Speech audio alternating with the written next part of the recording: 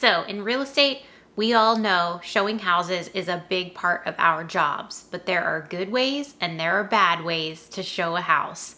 And ultimately, how well you show a house will impact how successful you are in real estate. So in today's video, I'm bringing you my top tips on how to show houses.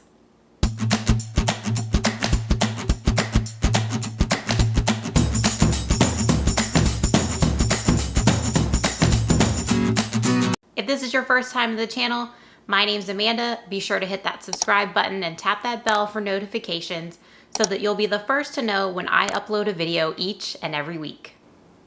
The first thing you need to do when you're getting ready to tour with a buyer is plan out your showing schedule.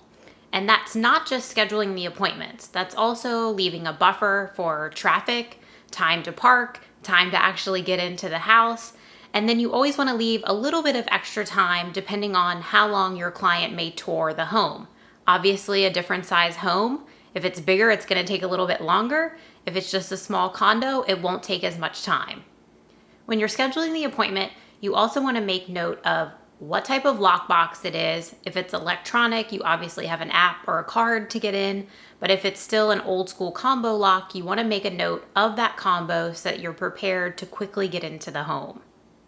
Lockbox location is another fun part of showing homes, and it's definitely not always as straightforward as the lockbox being on the front door. So be sure you leave enough time to not only locate the lockbox, but then also access it. Number 2 is do your research. You always need to know the proper information about each property that you're showing before you ever meet up with your clients. It'd be great if showing homes was just as simple as opening a door, but that's just not the case.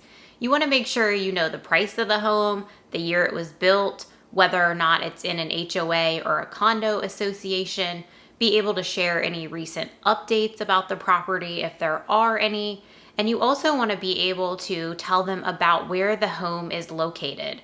What schools are nearby or what schools does it tie into?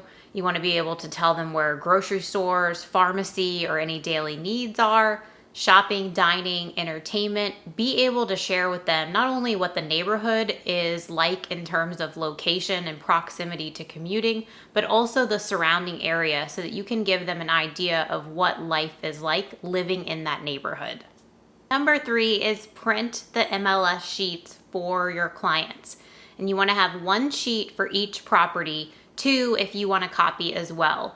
I personally prefer to use my phone or my iPad while I'm showing, but that's just personal preference. If you want to print out, then just make 2 copies.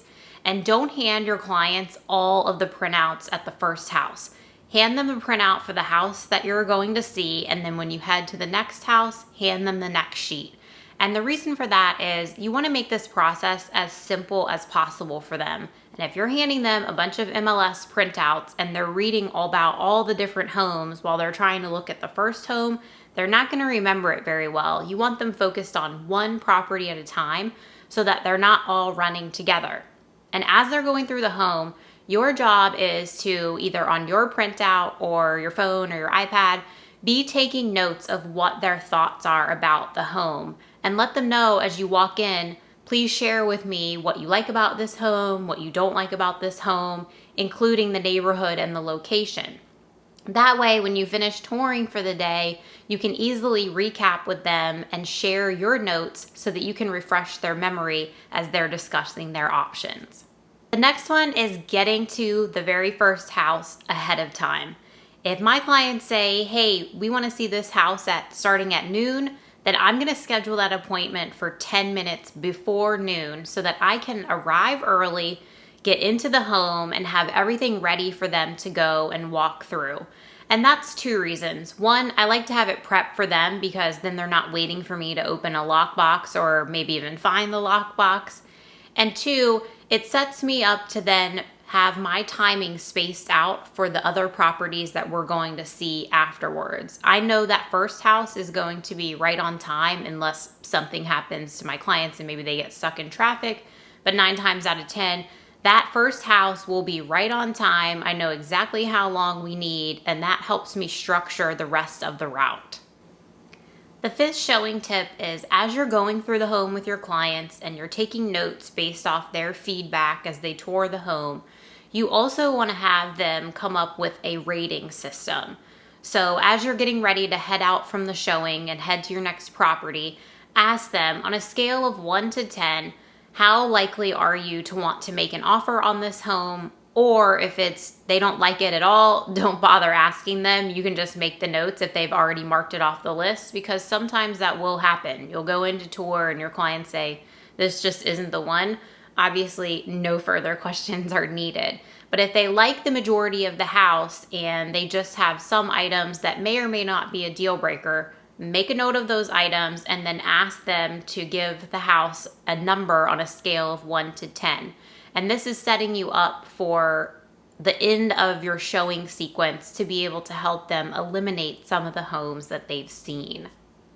That leads us to number 7, and that is making comparisons throughout the time that you're showing homes from them. So when you're wrapping up at the second property, then you want to loop back with your clients and ask them, if you're comparing house number 1 to house number 2, first, do you prefer one home over the other?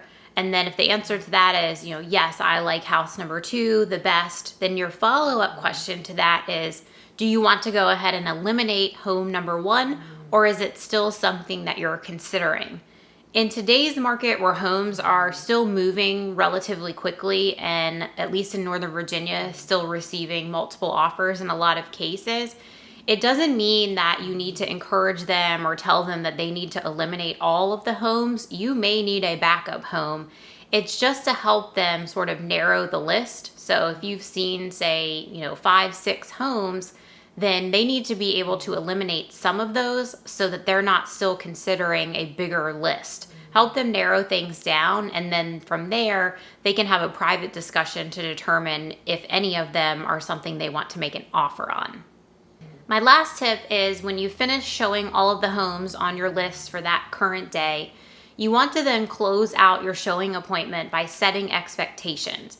And this may come naturally. Your clients may have already said, we want to make an offer on house number 3, or it may be up in the air. And if it's up in the air, it's your job to set expectations. That could be that you're going to be running some comps for them. It's definitely going to be that you will be sending them the notes and their feedback from the properties you showed them during that time.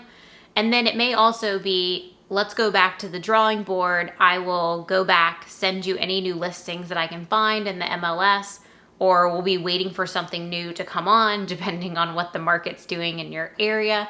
And then set that expectation that I will be in touch. You need to know what you need to be in touch for, but don't just leave it open-ended and say, hey, it was good to tour houses today, see you later. That's not a good setup. You want them to know that you're going to be in touch. You will be working to find them a home or whatever the next step is, depending on how the tours went that day. If you got some value from this video, please drop me a comment below or hit that subscribe button. I would greatly appreciate it. As always, I will be back next week with a new video. Until then, take care.